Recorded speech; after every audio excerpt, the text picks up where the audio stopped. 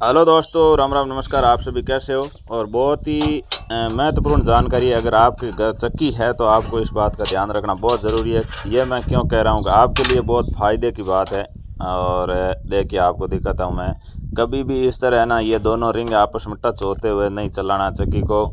और आपको चादर लगता है इसके साइड में लपेटा बोलते हैं कुछ, उसके दो ही नट खोल के आप कभी भी उसको चेक कर सकते हो कि भी इस तरह रिंग आपस में टच तो नहीं हो रही है। यहाँ पर नालियाँ होती है आटा बाहर निकलने के लिए, वो होनी बहुत ज़रूरी है। वो नहीं होती है तो क्या कि आटा बाहर नहीं निकलता है, फिर आपको बहुत ज़्यादा लोड पड़ता है चक्की को। देखिए, मोटर देखा था वहाँ पर इस तरह बैरिंग टूट जाता है। ये तो बैरिंग टूटे, बाकी कई बार तो मोटर जल भी जाती है। ये छोटी छोटी जानकारियाँ लेकिन आपके लिए बहुत काम की, मैं इसलिए बार बार आपको इस चैनल पर दे रहा हूँ। और जानकारी अच्छी लगे तो वीडियो को शेयर करना ना, आप लास्ट तक वीडियो देखना।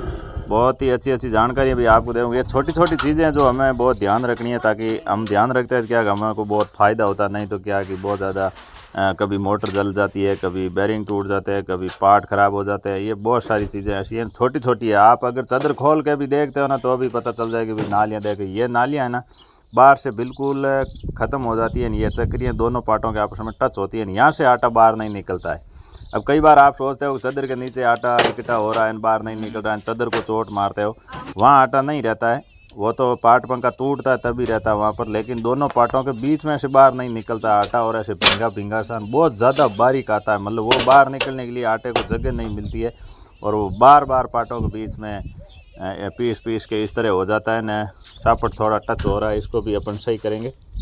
दोनों पार्टों के नालियाँ नहीं है बिल्कुल भी, और दोनों की रिंग आपस में टच हो रही है। देखो, बिल्कुल ऊपरी सिरे तक पड़ी है रिंग ये, और वो दोनों आपस में टच हो जाती है तो फिर आटा बाहर कहाँ से निकलेगा। दाब बिल्कुल अपन देते हैं तभी बारीक निकालती हैं, दाब आती है तो देखिए मोटर के बैरिंग दोनों टूट गए। तो मोटर के बैरिंग डाल देंगे दूसरे, बैरिंग से काम चल जाएगा। नहीं तो कई बार क्या होता है कि मोटरें भी जल जाती है तो फिर बहुत ज़्यादा नुकसान होता है। सिर्फ अपन एक चादर खोल के नहीं देखते, इसलिए जानकारियाँ छोटी छोटी है लेकिन बहुत बड़ा काम करती है। छोटी छोटी जानकारियाँ। बैरिंग बाहर निकाल लेते हैं क्यों ग्रीस भरना पड़ेगा दोनों बैरिंगों में, बढ़िया होके करेंगे। और टंचाई इसका 1 क्लास करना पड़ेगा क्योंकि बिल्कुल प्लेन है पार्ट। तो इस तरह आपको रहता है को टंचाई करो तो ये रिंगे नीचे सरका लेना। ये पहले देखा था आपने, ऊपरी सिरे तक थी, चारों नालियाँ है ना, ये ख़त्म हो जाती है तो इसके बीच में मतलब कहाँ, या इस दोनों पार्टों के बीच में आटा इकट्ठा होता है यहाँ पर। यहाँ से मतलब दोनों पार्टों के बीच में से बाहर नहीं निकलता क्योंकि नाली नहीं होती है ना, इसीलिए। तो इन बातों का आपको ध्यान रखना। इसका पता तो बिल्कुल सरल है। आप चादर है उसको 2 ही नट खोल के सीधा वो पार्ट की तरफ देखोगे तो पता चल जाएगा कि भाई नाली है या नहीं है, रिंगे दोनों आपस में टच हो रही नहीं हो रही है।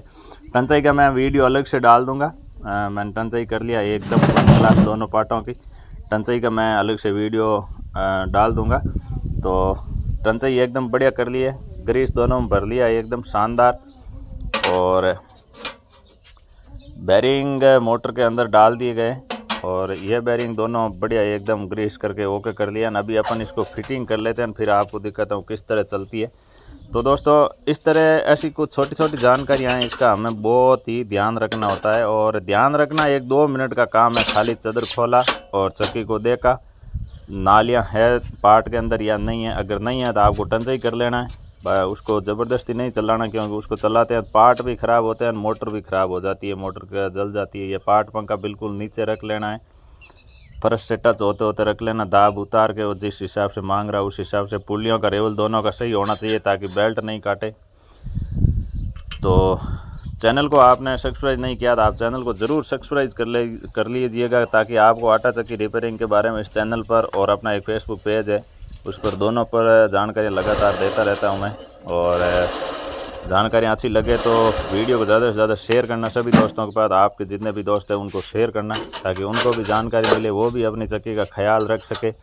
और ये जो अपन छोटी छोटी गलतियां करते हैं उसकी वजह से हमारा मतलब जो नुकसान होता है उससे बचा जा सके।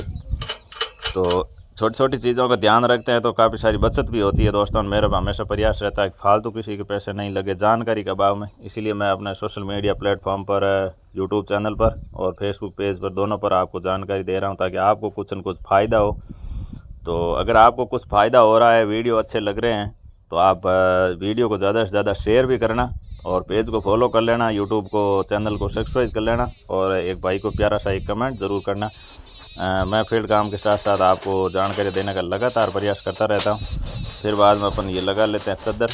यही चादर है दोस्तों। इस चादर को सिर्फ ये 2 नट खोल के आप चेक करते हो तो आपको पता चल जाता है। चक्की हो गए ये एकदम रेडी कर लिया मैंने, सुपर फास्ट चल रहा है, कोई भी आवाज़ नहीं है, एकदम मस्त चल रहा है, बहुत ही शानदार। गेहूँ का आटा पीस रहा है, गेहूँ पीस रहे हैं अपन, चेक कर रहे हैं कितना शानदार निकाल रही है, बिल्कुल एकदम खुला खुला बारीक सुपर फास्ट आटा निकाल रही है। चक्की हो गई है एकदम तैयार, अभी अपन फील्ड में है। और तो इस तरह आपको ध्यान रखना चक्कियों का। मैं कोशिश करता हूँ वीडियो को शेयर और कमेंट ज़रूर करना एक भाई को।